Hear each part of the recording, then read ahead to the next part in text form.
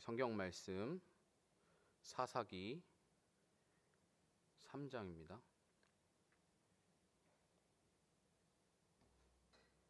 구약 성경 사사기 3장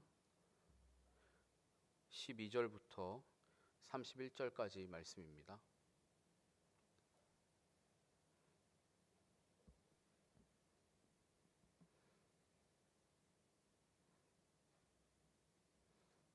사사기 3장 12절부터 31절까지 말씀을 한 절씩 교독하도록 하겠습니다.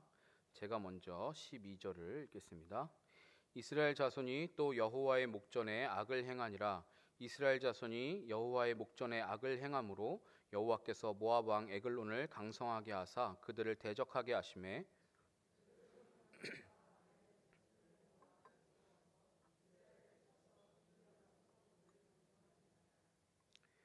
이에 이스라엘 자손이 모압 왕 에글론을 18해 동안 섬기니라.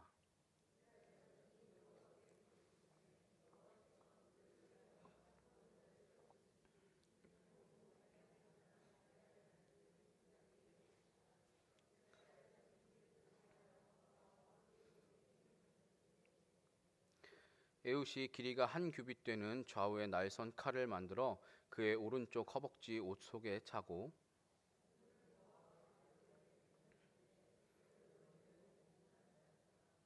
에훗이 곡물 바치기를 마친 후에 곡물을 메고 온 자들을 보내고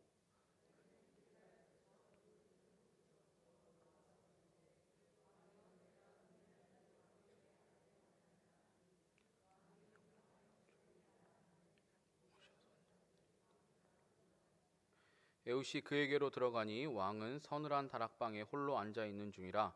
에훗이 이르되 내가 하나님의 명령을 받들어 왕에게 아랠 일이 있나이다 하매 왕이 그의 좌석에서 일어나니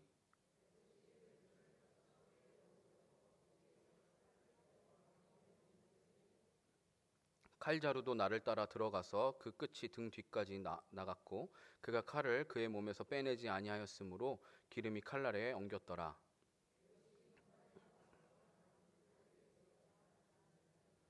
에훗이 나간 후에 왕의 신하들이 들어와서 다락문들이 잠겼음을 보고 이르되 왕이 분명히 서늘한 방에서 그의 발을 가리우신다 하고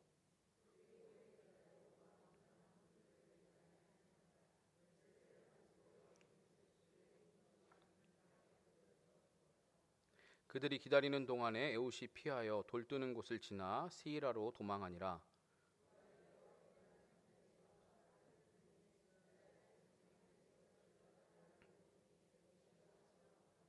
그들에게 이르되 나를 따르라. 여호와께서 너희의 원수들인 모압을 너희의 손에 넘겨주셨느니라 하매 무리가 에훗을 따라 내려가 모압 맞은편 요단강 나루를 장악하여 한 사람도 건너지 못하게 하였고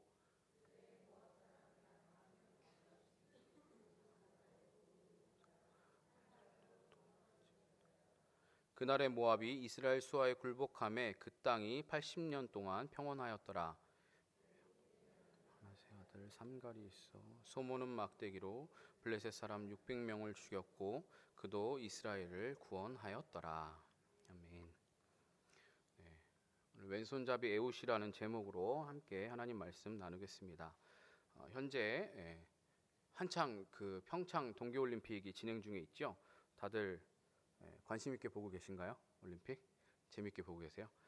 올림픽 경기에 이제 관심 있게 이제 뭐 찾아보시는 분들도 있을 것이고 또 TV 틀면 자연스럽게 이제 소식들이 계속 나오고 있습니다. 혹시 뭐 특별히 재밌게 보고 계신 종목 있으세요? 컬링이요? 네. 또 뭐가 있나요? 어제 쇼트트랙 했었는데 금메달을 못 따가지고 너무 속상하더라고요. 예. 우리 선수들이 자꾸 다 넘어져가지고 좀 안타까운 시간이었습니다. 뭐 사실 우리가 하계 올림픽 하면 아는 종목들이 많은데 그에 비하면 잘 아는 종목이 동계 올림픽에는 많이 없죠. 보통 우리나라가 잘하는 쇼트트랙 같은 경우는 많이들 아시는데 뭐 김연아 선수 덕에 뭐 피겨 스케이팅이나 뭐 영화로도 만들어진 스키 점프 이런 거는 그나마 조금 알려졌고요. 생소한 종목들이 많은데 요즘 동계 올림픽에서 굉장히 이슈가 되고 있는 종목이 있습니다. 영미 아세요? 영미. 네. 영미가 뭐냐? 막 이 유행어가 막 돌고, 이런 영미라는 유행어가 돌고, 재미있는 막 사진 게시물들이 돌고 있고, 인터넷에서 팬카페가 생길 만큼 요즘 이제 컬링 여자 국가대표팀이 화제입니다. 이 팀이 화제인 이유는 컬링의 변방인 우리나라 선수들이 세계 랭킹 1위, 2위, 4위 팀을 차례로 격파하고, 또 예선에서 전승을 하고 있던 스웨덴 팀도 격파하고 8승 1패로 예선 1위로 준결승에 진출했기 때문입니다. 아마 아까 이제 한 8시쯤에 준결승 경기를 치렀을 텐데요. 전혀 이 두각을 나타내지 않았던 우리나라 컬링 여자 대표팀이 훌륭하게 경기를 참 잘 치르고 있습니다. 이 팀이 화제인 이유는 뭐 이런 유행어들도 있지만 이 팀 멤버들 간의 관계 때문에 더더욱 좀 이슈가 되고 있는데요. 저도 이제 뉴스를 보다가 알게 됐습니다. 이 팀 이름이, 별명이 팀 킴이에요. 왜냐하면 팀원들이 전부 다 김씨예요. 감독, 코치부터 시작해서 멤버들이 전부 다 김씨예요. 그리고 이 사람들이 이 전북 의성 출신입니다. 그래서 마늘의 고장 의성, 그래서 갈릭걸스라고 별명이 붙어 있어요. 근데 이 사람들이 어떻게 처음에 컬링을 하게 됐냐면, 주변에 놀거리가 없는데 학교에서 방과 후 활동으로 컬링이 있어서 그 컬링을 하게 된 거예요. 그래서 의성에 가면 컬링 센터가 있는데, 김영미 선수, 영미란 그 주인공인 그 김영미 선수가 가장 먼저 그 방과 후 활동으로 컬링을 시작했다고 그래요. 그리고 김영미 선수의 친구였던 김은정 선수를 그 김영미 선수가 권유해서 우리 같이 하자, 같이 우리 놀 거 없는데 우리 컬링이나 하자 해서 합류하게 됐고, 그리고 어느 날 이 김영미 선수가 집에다가 그 부름, 그 왜 그 빗자루를 막 이렇게 문지르는 거 있잖아요. 그걸 집에다 놓고 온 거예요. 그래서 동생인 김경애 선수에게 야, 그것 좀 갖다 줘. 그래서 이제 언니 심부름을 왔다가 얼떨결에 동생도 컬링을 시작하게 됩니다. 그리고 금세 빠져들게 됐고요. 그리고 이 컬링은 4명이 한 팀을 이뤄서 하는 게임이에요. 그래서 한 명이 부족했기 때문에 김경애 선수가 학교 칠판에다가 컬링할 사람 모집 이렇게 적어놨다고 합니다. 그래서 여기에 호응해서 지원한 사람이 바로 김경애 선수의 친구이자 현재 이 국가대표팀에서 세컨드를 보고 있는 김선영 선수라고 합니다. 즉, 이 팀은 김은정 선수가 이끄는 팀인데 의성여중과 의성여고를 거친 선후배이자 동네 친구들끼리, 동네 여학생들끼리 모여서 만든 팀에서부터 시작된 것이죠. 그래서 동네 취미반으로 시작해서 지금은 국가대표가 됐고, 그 국가대표가 세계 1, 2위, 4위를 다투는 사람들을 차례로 격파하면서 영미를 외치면서 다 때려부시고 승리하고 있는 것이죠. 그러니까 참 사람들이 보기에 너무나 신기한 거예요. 놀라울 수밖에 없죠. 그냥 시골 촌동네에서 살던 그 사람들이 세계를 제패하고 있으니까 굉장히 놀라워하고 있습니다. 오늘 우리가 함께 읽은 본문에 등장하는 사사 에훗도 바로 그런 사람이 아닌가 싶습니다. 성경은 에훗의 특징을 한 단어로 정의합니다. 바로 왼손잡이라고 말을 하죠. 지금은 왼손잡이의 의미가 우리에게 크게 와닿지 않을 수 있지만, 당시의 시대적인 배경이나 상황들, 또 원문을 살펴볼 때 그 의미가 굉장히 달라지는 것을 볼 수 있는데요. 오늘 그 내용을 좀 자세하게 나누기 원합니다. 먼저 이스라엘은 사사 온니엘의 등장과 또 지도로 40년 동안 평안을 누립니다. 지난주 수요일 날 그 부분 말씀을 나눴는데요. 그러나 그 평안의 시기에 이들이 하나님을 생각하지 않고 다시 여호와의 목전에 악을 행했다고 오늘 말씀 기록합니다. 12절은 이스라엘 자손이 여호와의 목전에 악을 행했다라는 말을 2번이나 반복해서 표현합니다. 똑같은 말을 2번 반복한다는 것은요, 실수로 이렇게 기록한 것이 아니라 굉장히 의도적으로 이야기하고 있고 강조하고 있다는 것을 의미합니다. 유한하고 죄에 빠진 인간은 늘 이렇게 실수와 잘못을 반복하는 비극 속에서 살아가는 것입니다. 이중으로 악한 메소보다미아 왕 구산에게 8년 동안 그렇게 고통을 당했으면서 이스라엘은 자신들이 무슨 잘못으로 그런 고통을 겪게 되었는지를 까맣게 잊어버렸습니다. 그리고 또 똑같은 죄를 지었습니다. 우리도 혹시나 이러고 있지 않습니까? 내가 지은 죄를 회개해놓고 또 반복해서 그 죄를 짓고 있지는 않습니까? 후회하면서 또 죄를 반복하는 것이 얼마나 어리석은 일인지요. 죄를 반복한 이스라엘에게 하나님이 다시 징계를 내리십니다. 모압 왕 에글론을 강성하게 하셨고, 에글론으로 하여금 이스라엘을 대적하게 하셨습니다. 모압 왕 이 에글론의 세력이 얼마나 강력했던지 암몬과 아말렉 자손들을 모아 가지고 와서 이스라엘을 쳤다라고 그렇게 기록합니다. 다른 민족들도 자신의 휘하에서 휘두를 수 있을 만큼 그 정도로 모압 왕 에글론의 세력은 굉장히 강력했던 것이죠. 이스라엘은 그 강력한 에글론에게 패배하고 종려나무 성읍을 잃었습니다. 종려나무 성읍은 어디냐면 여리고성이에요. 그러니까 이스라엘이 가나안을 정복했던 상징적인 어떤 도시인 것이죠. 그 도시조차 이제 빼앗겨 버리게 됩니다. 뿐만 아니라 구산 리사다임 때보다 2배 이상이나 더 오랜 기간인 18해 동안 압제를 당하게 됩니다. 우리가 여기서 첫 번째 유심히 생각해 봐야 될 것이 하나 있습니다. 우리는 예수님을 믿고 하나님을 나의 하나님으로 받아들이면 하나님이 나를 보호하시고 지키신다고 믿습니다. 이것은 맞는 말이죠. 틀린 말이 아닙니다. 그러나 하나님은 무조건 하나님의 백성을 수호하는 수호신으로 우리가 그렇게 생각한다면 그것은 큰 오산입니다. 하나님은 우리의 수호신이 아닙니다. 아브라함 때부터 아브라함을 택하셔서 언약을 맺으시고 큰 민족과 나라를 이루게 하신 하나님은 아무리 당신이 선택하시고 세운 백성이라고 할지라도 하나님을 떠나서 하나님을 불순종하고 죄를 지으면 매를 들어서 징계를 하시는 분이십니다. 거짓된 우상들처럼 우상 숭배자들에게 어떤 죄와 불법을 저지르든지 상관없이 자신을 숭배하면 그 편에 서서 불의하고 악한 방법을 불사하는 그런 분이 아니십니다. 자기 백성을 수호하지 못하면 버려지고 폐위되는 그런 가짜신이 아니십니다. 하나님은 하나님의 위대하고 거룩한 목적을 이루시기 위해서 이스라엘을 선택하셨고 그 목적을 벗어나서 잘못된 길을 가면 자기가 택한 백성이라도 징계하셔서 반드시 돌아오게 하셨습니다. 그런데 우리는 우리에게 고통과 어려운 일이 생기게 되면 하나님은 왜 나를 도와주시지 않는가? 하나님은 왜 나를 지켜주시지 않는가? 라고 생각을 합니다. 역사 속의 주인이신 하나님이 자기의 백성이 범죄하면 징계를 서슴지 않는 분인 것을 우리가 안다면, 그것을 당연하게 하시는 분인 것을 우리가 안다면, 우리는 고통스러운 일들을 맞이했을 때, 어려운 일을 마주했을 때 가장 먼저 해야 될 질문은 하나님이 왜 나를 지켜주시지 않지가 아니라 내가 하나님 앞에서 범죄한 것은 무엇일까가 되어야 합니다. 내가 혹시 하나님 앞에 범죄한 것은 없는가? 내가 혹시 하나님 앞에 징계받을 만한 악한 행동을 하지 않았는가를 돌아봐야 합니다. 물론 우리가 당하는 고난과 고통이 모두 죄 때문만은 아닙니다. 하나님께서 오늘 우리가 지은 죄에 대해서 항상 즉각적으로 징계를 내리시지 않습니다. 또한 우리의 죄와 전혀 상관없이 이해하기 어려운 고통과 고난이 우리에게 올 수도 있습니다. 그러나 우리가 가장 먼저 점검하고 살펴보아야 하는 것은 내가 하나님 앞에 지은 죄가 없는지 돌아보는 것입니다. 대수롭지 않게 넘기고 간과했던 그 일에서 마음과 입술로 죄를 지을 수도 있기 때문입니다. 이스라엘은 반복해서 짓는 자신들의 죄에서 돌이키지도 않았지만 자신들이 어떤 악을 행하는지조차도 제대로 인식하지 못했습니다. 몸이 아프면 어떤 원인으로 인해서 아픈 것인지, 무엇 때문에 아픈 것인지를 파악하고 다음에 또 동일한 고통이 일어나지 않도록, 또 아프지 않도록 조심하고 건강을 잘 챙기는 것이, 그게 바로 지혜로운 사람입니다. 그러나 어리석은 이스라엘은 계속해서 똑같은 고통을 당하면서도 왜 그런 고통을 당하는지 생각조차 하지 않는 듯합니다.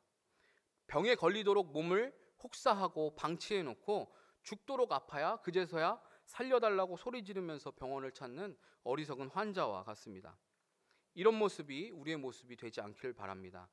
우리의 건강도 늘 점검하고 돌아봐야 하겠지만 우리의 영적인 건강도 늘 점검해야 합니다. 그것은 바로 내가 여호와 앞에 범죄하지 않았나라는 것을 늘 돌아보는 것입니다. 그리고 주님 앞에 회개하는 것입니다.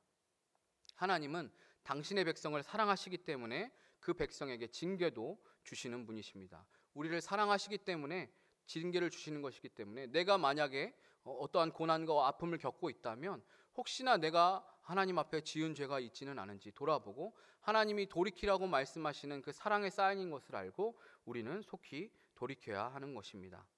그렇게 말씀 앞에 나 자신을 늘 돌아보고 우리 삶을 거룩하게 구별하여서 하나님 앞에 드릴 수 있기를 원합니다. 이렇게 이스라엘이 어리석은 고통을 반복하면서 겪고 또 하나님께 부르짖자 하나님은 이번에도 구원자를 세워주십니다. 이 에훗의 앞에 등장했던 그 사사가 누구였는지 기억하세요? 에훗 전에? 일주일 만에 다 까먹으셨죠? 온니엘입니다. 온니엘이 어떤 사람인지 제가 설명해 드렸었죠. 온니엘은 우리가 생각하기에도 굉장히 용맹스러운 사람이었어요. 그 이제 삼촌이 이제 갈렙이었죠. 갈렙처럼 아주 용맹하고 또 그 유다 지파, 믿음의 그 인물인 갈렙의 가문에 속한 그 유다 지파에 속한 아주 탁월한 인물이었습니다. 그래서 우리가 생각하기에도 사사로 세워질 만한 인물이다 라고 생각할 정도의 인물이었죠. 그런데 이번에 등장한 그 온니엘 다음에 등장한 에훗은 전혀 예상 밖의 인물입니다. 오늘날에는 왼손잡이를 장애로 인식하지 않죠. 혹시 이 중에 왼손잡이 있으세요? 언짢게 생각하지 마세요. 여기서 이제 성경에서 나오는 이야기니까. 오늘날에는 왼손잡이가 문제가 있다고 전혀 인식하지 않죠. 그러나 고대 이스라엘에서는 왼손잡이는 부자연스러운 사람, 자연스럽지 못한 사람으로 간주되었습니다.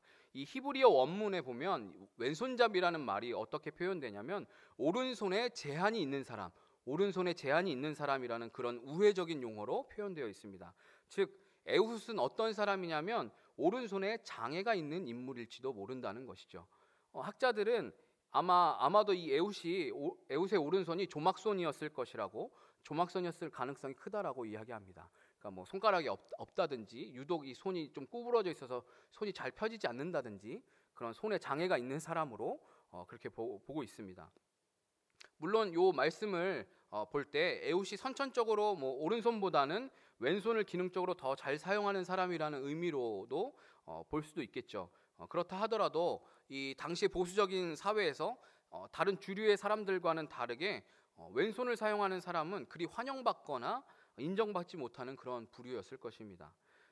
그렇지만 모든 앞뒤의 정황을 좀 살펴볼 때 이제 뒤에 말씀해 보면 에글론이 칼을 숨기고 조공을 바치는 대표자로 이 에훗이 갈 수 있었던 일이나 또 에글론에게 가까이 다가가서 무엇인가 말할 수 있었던 것을 보면 이 에훗이라는 사람이 왕을 전혀 해할 수 없어 보이는 오른손이 불구였기 때문일 가능성이 굉장히 높은 것이죠. 그냥 딱 보기에도 저런 사람이 어떻게 왕을 해칠 수 있겠어? 라고 생각할 만큼 문제가 있고 또 불편함이 있는 사람이었던 것이죠. 실제로 이제 오른쪽 다리 안쪽에다 칼을 숨겨놓고 그러니까 사람들이 눈에 보이지 않으니까 전혀 병사들이 살피지 못한 것이죠. 저런 사람이 어떻게 왕을 해야겠느냐라고 의심조차 하지 않았던 것이죠. 그래서 왼손으로 칼을 뽑아서 에글론을 찔러서 죽이기까지 했습니다. 이 오른손이 불구인 자가 왕을 죽일 거라고는 이 사람들이 전혀 상상을 하지 못했던 것입니다. 앞에서 이 에훗을 온니엘과 비교를 했는데요. 온니엘은 유다 지파라고 말씀드렸죠. 에훗은 베냐민 지파의 사람이었습니다. 베냐민 지파는 이때 당시에 가장 세력이 약한 작은 지파였습니다. 그리고 아이러니하게도 베냐민이라는 이름의 뜻은 무엇이냐면 오른손의 아들이라는 뜻입니다. 오른손의 아들의 지파에서 오른손에 장애가 있는 에훗이 사사로 세워진 것이죠. 또한 15절 하반절을 보시면 이스라엘 자손이 그를 통하여 모압 왕 에글론에게 공물을 바칠 때라고 기록되어 있습니다. 그를 통하여라는 이 말을 원문 문자적으로 직역을 하면 그의 손을 통하여가 됩니다. 불완전한 손, 그 손을 통하여서 공물을 바치게 했다라는 뜻이 되는 것이죠. 오른손에 장애가 있는 사람의 손을 통해서 공물을 바치게 했고 그의 손을 통해서 이스라엘이 구원받는 일이 일어납니다. 그리고 에훗은 온니엘처럼 무엇인가 멋지게 적군과 막 대결하고 막 대적해서 싸워서 막 그들을 막 쓰러뜨리고 무너뜨리고 쓸어버리는 것이 아니라 이스라엘의 대표였지만 굉장히 비굴하게 공물을 바치는 사람으로 등장을 합니다. 그리고 몰래 왕을 암살하는 방식으로 이스라엘을 구원하게 되는 것을 우리가 보게 됩니다. 온니엘과 비교했을 때 에훗은 굉장히 사사로서 쓰이기에 적합해 보이지 않는 인물이고 많이 부족해 보이고 연약해 보이는 인물입니다. 그런데 성경은 아이러니하게도 그가 하나님께 쓰임받은 사람이라는 것을 계속해서 명시합니다. 이 모든 것들이 우리가 일반적으로 생각하고 받아들이기에 의외인 점이 참 많습니다. 어떻게 저렇게 연약한 사람이 쓰임받을 수 있지? 바로 여기서 우리가 생각해야 될 중요한 점이 있는 것입니다. 우리는 하나님이 단 한 가지 어떤 틀에 얽매여서 일하시는 분이 아니라 때와 상황에 따라서 우리의 생각을 뛰어넘어 일하시는 분이신 것을 알아야 합니다. 전혀 우리가 생각지 못한 방법으로 하나님은 일하십니다. 또한 하나님은 부족한 사람을 통해서도 하나님의 뜻을 이루십니다. 오히려 약한 자를 선택하셔서 강한 자를 부끄럽게 하시고 하나님께서 그 일을 하셨다라는 것을 우리에게 나타내십니다. 그런데 우리는 자꾸만 하나님께 쓰임 받기 위해서는, 혹은 훌륭한 어떤 신앙의 인물이 되기 위해서는 강력한 능력이나 어떤 지위 그리고 지식을 갖춰야 된다라고 생각합니다. 그래서 자꾸만 사회적으로 성공한 이들이나 성경 속에서 등장하는 훌륭한 믿음의 선배들을 우리가 본받아야 된다라고 강조합니다. 물론 우리는 훌륭한 사람으로 성장하고 발전하기 위해서 최선을 다해야 합니다. 나태하고 게을러서는 안 되고 내게 주어진 일들에 성실하게 임해야 합니다. 그러나 그런 사람이 되어야만 하나님께 쓰임받는 생각은 크나큰 오산입니다. 성경을 한번 자세히 들여다보십시오. 에훗과 같이 모자라고 허물 많은 인물들 투성이입니다. 아브라함은 우상을 만들던 사람이었습니다. 야곱은 형과 외삼촌에게 사기를 쳤던 사람입니다. 다윗은 강간범이고 살인교사를 저질렀고 불륜을 저질렀던 사람입니다. 예수님을 은 30냥에 팔아넘긴 사람은 예수님의 12제자 중에 한 사람이었습니다. 무려 예수님이 뽑은 사람인데 그 중에 한 사람이 예수님을 팔아넘겼습니다. 수제자라고 말하는 베드로는 예수님을 저주하며 부인까지 했습니다. 성경에 나오는 인물들이 제대로 된 사람이 단 한 명도 없습니다. 우리는 에훗과 같은 사람을 보면서 왜 의외라고 생각하는 것일까요? 왜 이런 사람이 쓰임받을 수 있지? 의외네? 왼손잡이가? 오른손에 장애가 있는 사람이 어떻게 사사가 됐지? 왜 우리는 그렇게 생각하는 것일까요? 우리 안에 당연히 온니엘 같은 사람, 좋은 믿음의 가문, 용맹스러운 사람, 실력 있는 사람, 이런 사람이 사사로 쓰임받아야 된다고 생각하고 있어서가 아닐까요? 하나님은 물론 온니엘과 같은 사람도 사용하십니다. 그러나 하나님이 사용하시는 사람은 그 어떠한 것으로도 제한할 수 없습니다. 왜냐하면 하나님은 모든 것을 가능케 하시는 분이시기 때문입니다. 중요한 것은 그 사람을 사용하는 하나님이시지 그 사람이 아닙니다. 우린 자꾸 그 사람을 보는데 중요한 것은 그 사람을 사용하시는 하나님이신 것입니다. 우리가 성경을 보면서 주의해야 하는 것이 성경 속 인물들을 본받고 그들처럼 살아야 한다라고 생각하는 것입니다. 물론 그들의 본받을 점은 본받아야 하고 배워야 하는 것이 맞습니다. 그러나 우리가 그들처럼 살아야 한다고 하는 생각은 버리시기 바랍니다.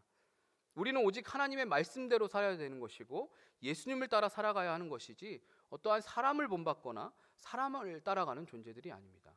우리가 따라가야 할, 우리가 본받아야 할 사람이 한 명 있다면, 한 분 계시다면 그분은 오직 예수님뿐입니다. 제가 예전에 사역하던 곳에서 한 부장 집사님이 계셨는데 교육부서에 대해서 굉장히 불만이 많으셨어요. 그분은 교회가 우리 아이들을 찐따로 만들고 있다라고 그렇게 이야기하셨어요. 그분 실제로 회의 때 그렇게 표현하셨어요. 교회가 우리 애들을 찐따로 만들고 있다라고 표현을 하셨어요. 우리 청소년들이 꿈을 크게 갖고 세상 속에서도 인정받는 인물들이 되도록 교회에서 좀 도와주고 좋은 강사들도 좀 초청해서 강의도 들려주고 해야 되는데 왜 이런 것 하지 않느냐라는 것이었죠. 언뜻 듣기에는 그분의 말이 틀리지 않은 것 같지만 이것은 굉장히 위험한 생각입니다. 교회는 우리의 자녀들이 다음 세대가 우리의 자녀들이 사회적으로 성공하고 능력 있는 사람이 되도록 만드는 곳이 아닙니다. 혹시 그렇게 생각하고 계셨다면 굉장히 큰 착각을 하셨던 거예요. 교회는 그렇게 하는 곳이 아닙니다. 그럴 능력도 없고요. 그렇게 해줄 수도 없습니다. 그런 일은 세상의 다른 곳에, 다른 기관에서도 다 하는 일이죠. 공부 가르쳐주고 유명 강사 강의 들려주고 TV만 틀어도 요즘은 좋은 강사들, 유튜브만 검색해도 유명 강사들 강의 얼마든지 많이 들을 수 있어요. 책들도 얼마나 많은지요. 교회는 어떤 상황과 환경 속에서, 어떠한 상황이나 환경 속에서도 하나님을 떠나지 않고 믿음의 가치를 싸워가면서 지켜내고 세상을 정복해가는 믿음의 사람을 키워내는 곳입니다. 우리 스스로가 우리의 손과 방법으로 세상에서 성공하고 지위를 쟁취하는 것처럼 착각해서는 안 됩니다. 그것은 온전히 하나님의 손에 있는 것이고 하나님이 하시는 일이지 우리가 무엇인가 우리의 손으로 우리의 방법으로 해낼 수 있다는 것은 굉장히 위험한 생각이죠. 우리가 추구해야 될 것은 성공이 아니라 1등을 하는 것이 아니라 오직 예수 그리스도와 십자가를 추구해야 되는 것이죠. 그런데 자꾸 세상이 우리에게 주는 가치, 성공이라는 가치, 또 1등 해야 된다는 그 가치 때문에 거기에 휩쓸려서 우리는 마치 교회도 그것을 따라가야 되는 것처럼 착각합니다. 아니요, 우리는 오직 예수 그리스도 그리고 십자가만을 추구해야 합니다.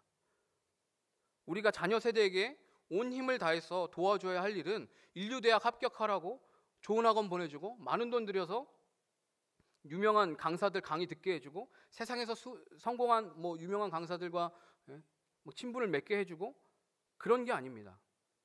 내가 비록 지금 신문 배달, 우유 배달 이런 작은 일 하나를 하더라도 그리스도인으로서 어떻게 그 일을 감당해야 되는지 세상에서는 인정해주지 않지만 내가 지금 맡고 있는 그 일, 작은 그 일을 내가 그리스도인으로서 어떻게 감당해야 할지 세상의 가치관이 지배하고 있는 학교와 캠퍼스, 직장 안에서 어떻게 우리의 거룩함과 신앙을 지키고 승리를 쟁취할 것인지를 가르쳐줘야 하는 것입니다. 그리스도인으로서 세상에서 성공해내고 1등하고 좋은 대학교 가고 그렇게 하면 좋겠죠. 근데 우리가 추구해야 될 것은 그것이 아닙니다. 그렇지 않다 할지라도 어떻게 우리의 믿음을 지키며 우리의 성경적 가치를 지키면서 이 세상에서 살아갈 것인가, 그것을 우리는 마음을 다해서 우리의 다음 세대에게 가르쳐줘야 합니다. 저는 남동생이 한 명 있는데요. 제 남동생은 대학교 때 피아노를 전공했습니다. 어렸을 때부터 피아노를 배우긴 했는데요. 중학생 때 잠깐 피아노를 놓았어요.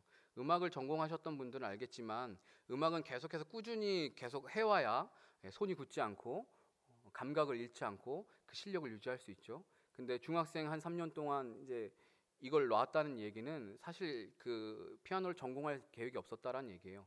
그리고 나서 고등학생이 되고 나서 전공을 앞으로 대학교 가면 피아노로 하겠다라고 이제 전공을 이제 방향을 정하면서 그때부터 다시 레슨을 받고 피아노를 연습하기 시작했습니다.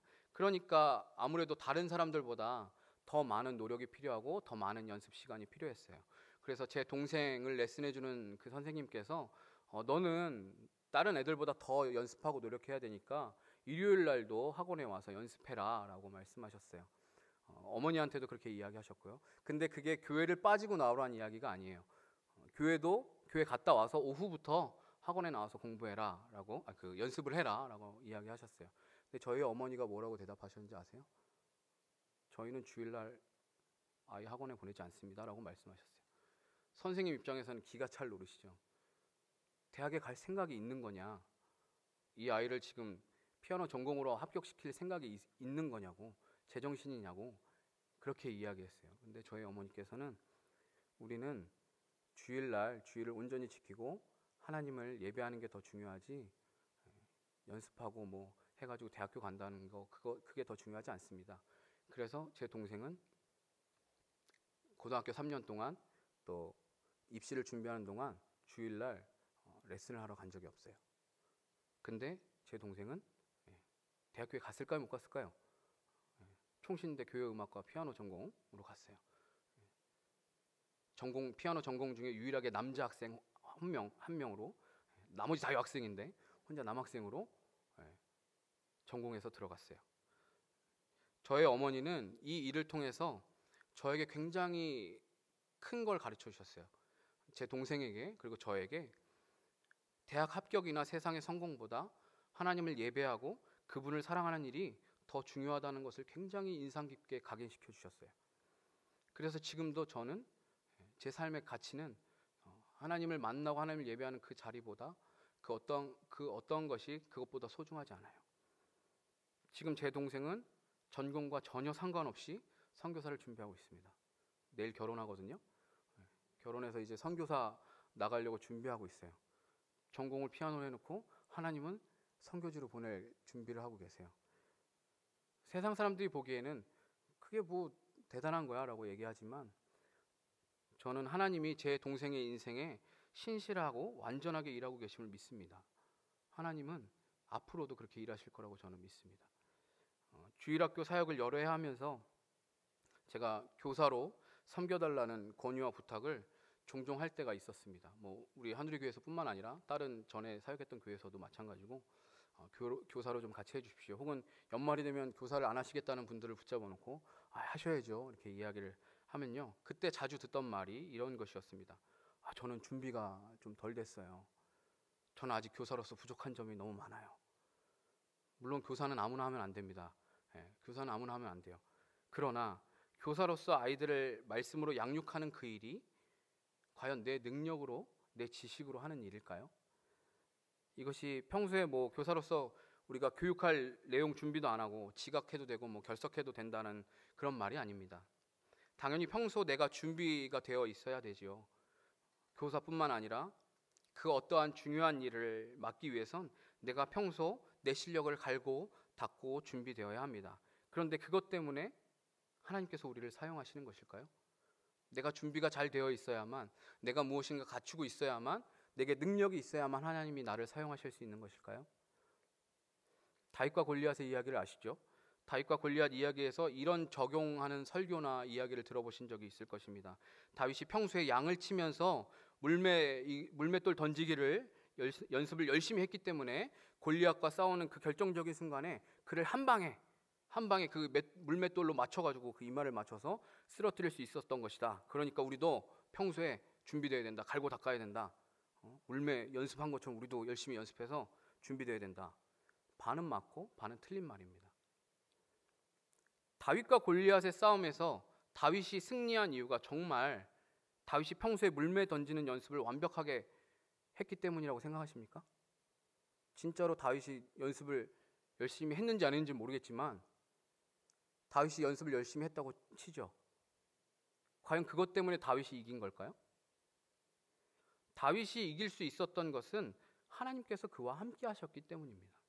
그가 물맷돌을 잘 던져서가 아니고 그가 평소에 준비하고 연습을 많이 해서가 아닙니다. 다윗은 그 상황에서 물맷돌이 아니라, 그 돌이 아니라 나무 막대기 아마 하나 가지고만 나갔어도 승리했을 거예요. 왜냐? 하나님이 그와 함께 하셨기 때문에. 다윗이 이긴 것은 다윗이 물매 던지는 능력이 출중하고 그것이 평상시에 잘 준비되었기 때문이 아닙니다. 하나님이 다윗을 찝어서 사용하셨기 때문이에요. 아직도 내게 주어진 일들이나 직분을 대할 때 우리 자신이 무엇인가 갖춰져야 한다라고 생각하십니까? 또는 무언가 우리가 대단한 능력을 키우거나 높은 위치에 가야만 훌륭한 신앙인이 되는 것이라고 여기십니까? 하나님께서 왜 오른손의 아들들 지파에서 오른손에 장애가 있는 에훗을 세우셨는지 깊이 생각해 보시기 바랍니다. 또한 지금까지 이야기한 것과는 반대로 우리는 나의 연약함 혹은 타인의 연약함과 한계를 보면서 하나님이 하시는 일을 제한하는 우를 범합니다. 그래서 모세처럼 하나님께서 가라라고 말씀하시는데도 저는 입이 둔한 자입니다. 그래서 보낼 자를 보내십시오라고 그렇게 말을 합니다. 나보다 못난 사람이 중요한 일을 맡으면 어디 잘 되나 보자. 보는 눈도 없지 어떻게 저런 사람한테 저런 일을 맡겨. 그렇게 생각을 합니다. 제가 대학교 1학년 때 그 전도여행을 했는데요. 저 국내 전도여행을 갔어요. 지난번에 이제 3부 예배 때 이제 청년들과는 이야기를 그 앞부분을 나눴는데, 나주로 전도여행을 갔는데 이제 전도여행을 갈 때 전도행지를 어떻게 결정하냐면 이제 제가 훈련받았던 선교단체는 하나님의 음성 듣는 기도를 합니다. 그래서 기도를 해서 하나님이 생각나게 하시거나 혹은 뭐 말씀을 생각나게 하시거나 그런 것들을 딱 해서 찾아보고 이제 그 음성에 집중해서 들어서 하나님 주시는 그 사인들을 찾아서 가는 거예요. 근데 기도하면서 그냥 왜 가야 되는지 혹은 뭐 어떤 목적 때문에 어떤 이유 때문에 가야 되는지는 없고 그냥 나주로 가는 것만 결정됐어요. 그래서 무작정 기차표를 끊고 나주로 갔습니다. 나주에 도착했고 그 다음에는 어떻게 해야 되지? 거기부터 다시 기도하기 시작하는 거예요. 하나님 우리가 뭘 할까요? 그런 이제 훈련을 하는 시간이 있었어요. 근데 이제 이때 전도여행을 갔을 때 그런 것도 굉장히 되게 의외였고 저에게 신선한 충격이었는데, 또 하나의 충격이자 신선한 경험은 뭐였냐면 제가 그 팀의 리더였다는 거예요. 저는 1학년이었거든요. 저를 리더를 시키더라고요. 물론 이제 팀 전체의 리더는 그 3학년 선배가 있었어요. 선배 누나가 있었어요. 그 누나가 전체 팀 리더인데 어쨌든 그 부리더로서 같이 가야 되는, 그 이끌어 가야 되는 사람으로 저를 시키는 거예요. 되게 황당하지 않으세요? 1학년 이제 막 들어온 신입생인데 리더를 시키는 거예요. 물론 이제 그 리더인 그 선배 한 명을 제외하고 나머지가 다 1학년이었어요. 근데 그 안에서도 나이가 있잖아요. 저보다 나이가 많은 형들도 있었어요. 근데 제가 리더를 하게 된 거예요. 근데 이제 뭐 이유를 들어보면 기도하면서 결정한 거래요. 할 말이 없죠. 그래. 하나님의 음성 듣는 기도를 하나님이 뭐 말씀하셨나 보지. 그래서 뭐 시키니까 하긴 했는데 이해가 안 가는 거예요. 왜 나를 시키지? 난 1학년이고 나이도 어린데. 근데 기도하면서 정했다라는 거죠. 그러면서 그때 제 생각이 좀 패러다임이 바뀌었어요. 아, 학년이 어리다고 해서 혹은 뭐 나이가 적다고 해서 쓰임 받는 게 아니구나.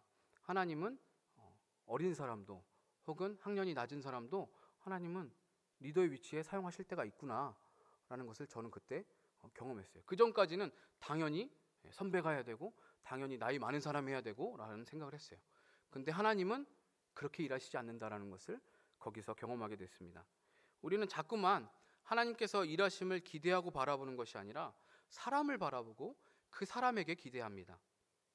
우리가 연약한 인간이기 때문에 눈에 보이지 않는 하나님을 바라보기가 어려운 것은 사실이지만 우리 삶의 현장에서, 우리가 속한 공동체에서, 우리의 가정에서 우리가 하나님을 인식하지 않고 하나님이 일하시는 것을 우리가 의식하지 않으면, 하나님께서 일하시는 그 방법들을 의식하고 생각하지 않으면 그것은 교만이 될 확률이 높습니다. 하나님이 하시는 그 일을 내가 할 수 있다고 여기거나 사람이 할 수 있다라고 여기는 것이죠. 어떤 일을 성취함에 있어서 물론 하나님이 아니라 우리의 능력으로 할 수 있는 것들도 분명히 존재합니다. 그러나 그 일을 이루시고 다스리시는 분이 하나님이심을 인정하고 그분을 의지하는 것과 그냥 내가 다 해버리는 것은 큰 차이가 있습니다. 지난주에 나눴던 말씀처럼 온 세상을 통치하시는 분, 보이지 않는 손, 그 하나님이 계심을 우리는 의식하면서 살아가야 되는 것이죠. 하나님이 그렇게 일하시고 계시는 것을 우리는 믿어야 합니다. 그 하나님을 인식하고 그 하나님의 손을 의지하면서 오른손에 제한이 있는 애굽과 같은 사람도 하나님은 놀랍게 사용하심을 우리는 믿고 바라야 하는 것입니다. 애굽뿐만 아니라 오늘 31절 맨 마지막에 나오는 이 아낫의 아들 삼갈도 마찬가지입니다. 이 사람의 이 사사에 대한 내용은 단 한 절로만 나와 있어요. 소모는 막대기로 블레셋 사람 600명을 죽였다라고 이야기합니다. 생각해 보십시오. 소모는 막대기 하나로 사람을 600명을 죽일 수가 있을까요? 가능한 일입니까? 회초리를 가지고 사람을 매를 때리는 거를 봐도 뭐 드라마나 옛날 드라마나 뭐 이런 영화 보면 왜 저 선생님이나 부모님이 회초리로 종아리를 막 때리잖아요. 그때 막 때리는데 이게 부러지잖아요. 그렇죠? 600명을 상대로 싸우는데 이게 계속 버틸 수가 있을까요? 근데 600명 소모는 막대기로 사람 600명을 죽였대요. 이거는 이 사람이 했다라는 이야기가 아니에요. 하나님께서 하셨다라는 이야기입니다. 하나님께서 이 삼갈이라는 사람을 사용하셔서 하나님의 백성을 구원해 내셨다라는 것을 말하는 거예요. 우리에게 우와 삼갈 대단하네, 어떻게 막대기 하나로 600명을 처치했지, 이걸 말하고 싶은 게 아니라 하나님이 사용하시면 소모는 막대기 하나 들고 있는 사람도 600명을 무찔러서 싸워서 이길 수 있는 사람이 된다라는 것을 우리에게 알려주는 것입니다.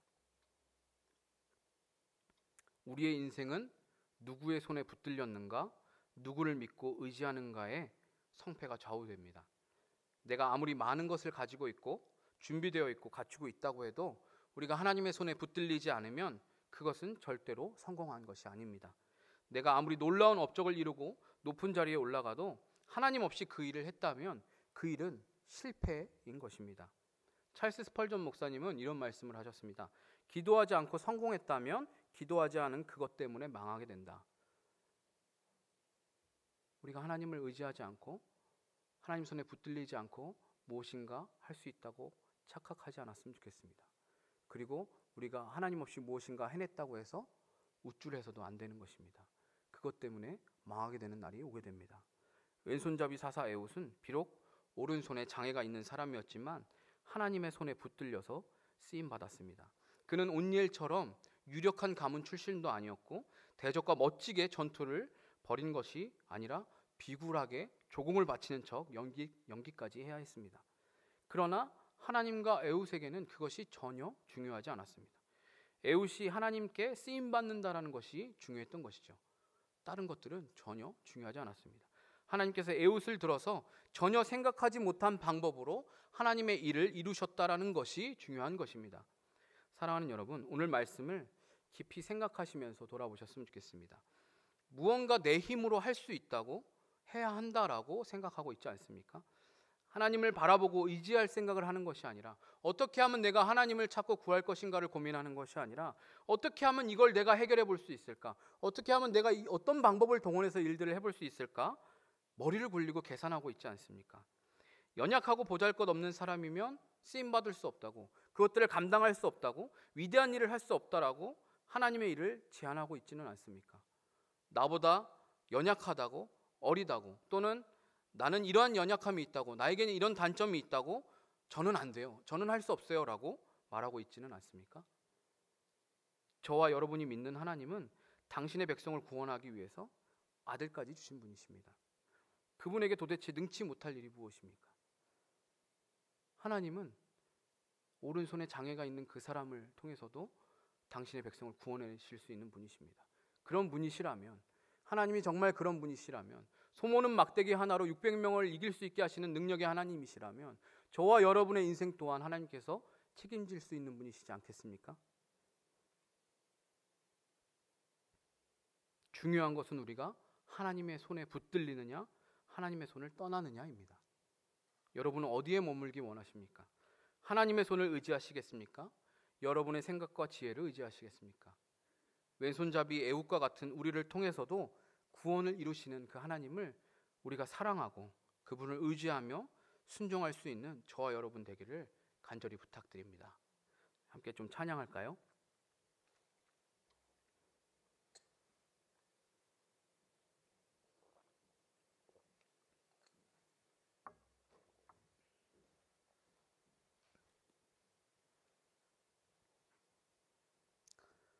영광 임하소서에는 없는데요. 예배 시간에, 예배 때 종종 함께 했던 찬양입니다. 나의 생각, 나의 지혜. 이 찬양 같이 고백할 텐데요. 나의 생각, 나의 지혜 신뢰하지 않고 성령님이 이끄시는 길로 가게 하소서. 억울하고 손해보는 어리석은 길, 손가락질 받아도 순종하는 삶 살아가게 하소서. 따라가게 하소서. 오늘 말씀을 기억하시면서 왼손잡이 에훗, 오른손에 장애가 있는 그 사람도 하나님이 사용하셔서 하나님의 백성들을 구원하게 하시는 그 능력의 하나님, 소모는 막대기로 600명을 이기게 하시는 그 능력의 하나님, 하나님, 내가 그 하나님의 손에 붙들리기 원합니다. 나와 우리의 교회가, 우리의 가정이 이렇게 하나님의 손에 붙들린 그런 믿음의 사람들 되기 원합니다. 하나님, 우리를 붙잡아 주시옵소서라고 우리의 마음을 담아서 이 찬양 좀 고백했으면 좋겠습니다. 나의 생각, 나의 지혜 신뢰하지 않고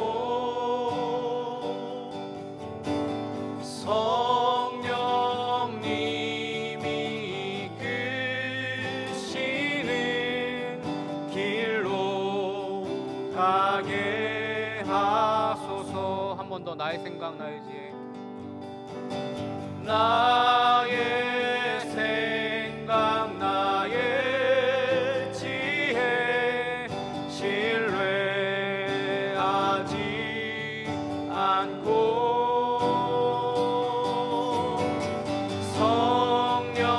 성령님이 이끄시는 길로 가게 하소서. 따라가게 하소서. 따라가게 하소서. 따라가게 하소서. 따라가게 하소서. 주 따라가게 하소서 따라가게 하소서 따라가게 하소서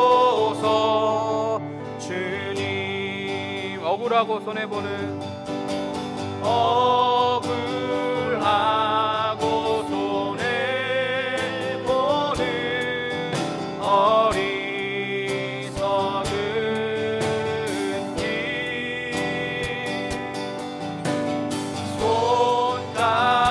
손가락질 받아도 순종하는 삶 한 번 더 억울하고 손해보는 길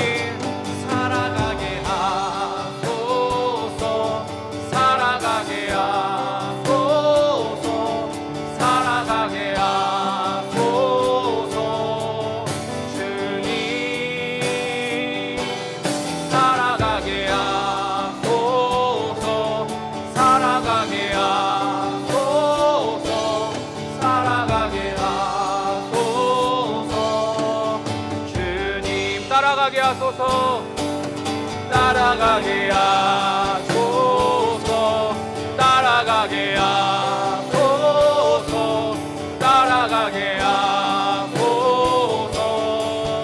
주님 따라가게 하소서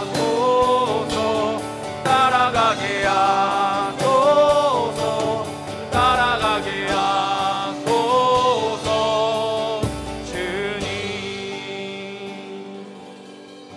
함께 기도합니다.